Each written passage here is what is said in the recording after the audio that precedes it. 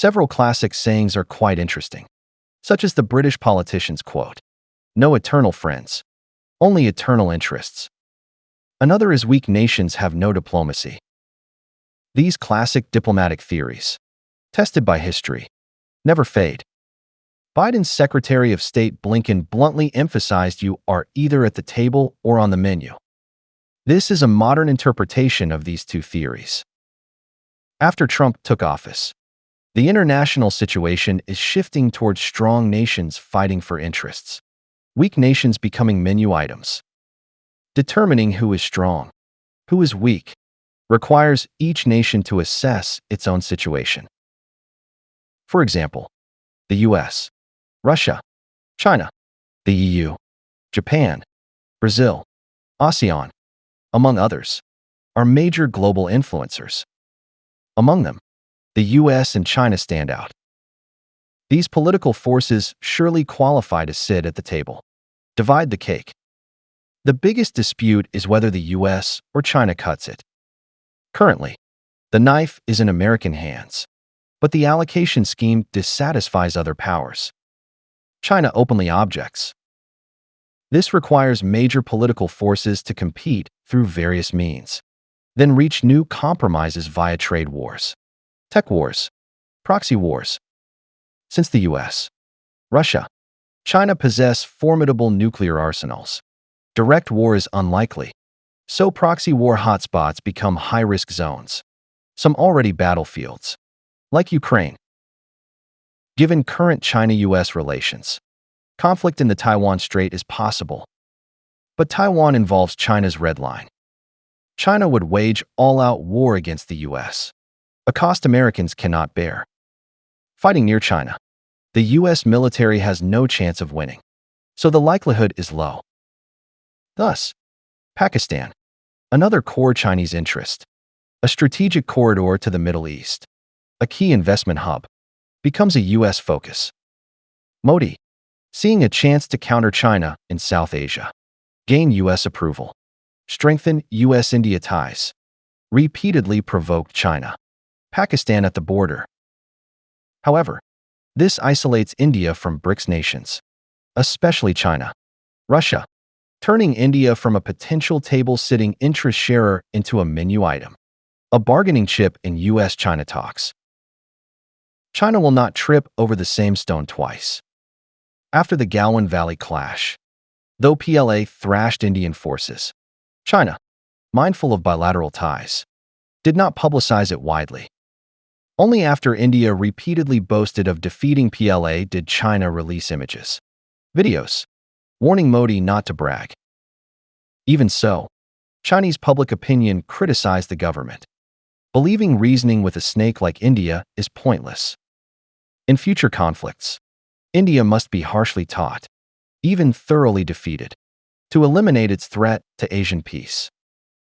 So, when India provoked Pakistan, China firmly stated it cannot accept India's war threats against Pakistan. Blocked. Amended India's UN Security Council resolution condemning Pakistan. Openly shipped weapons to Pakistan, including PL-15 missiles that devastated India's air force. Air combat results are clear. Pakistan crushed India. India's past boasts slapped down again.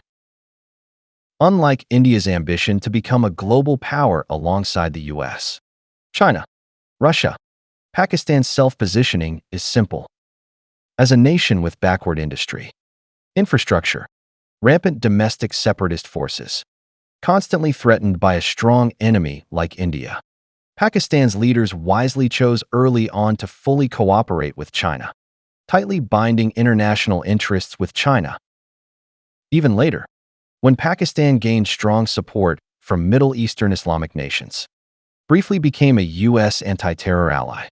Equipped with core U.S. weapon F-16, Pakistan still prioritized China as its top strategic partner. Such a decision carries strategic risks. For instance, due to Pakistan-China ties, the U.S. heavily restricted Pakistan's arms exports, limited F-16 use, even courted India, creating significant pressure on Pakistan. But there is no free lunch on earth. If there is, It is surely a scam. Pakistan, China, through mutual efforts, solidified their friendship, enduring various temptations, persevering. Rumors say when China developed the J-10 fighter, Pakistan, despite pressure, shared F-16 data with China. Now China heavily invests in Pakistan's infrastructure.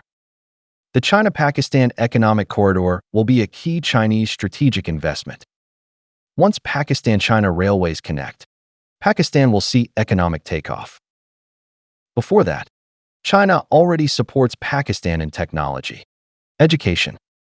China invited Pakistani astronauts to visit the Tiangong space station, selected the first batch. China annually recruits many Pakistani students, trains their skills, enables them to build their nation. I have said repeatedly, competition between nations cannot be short-sighted. Infrastructure, education, long-term tech planning are essential. India is a classic counterexample.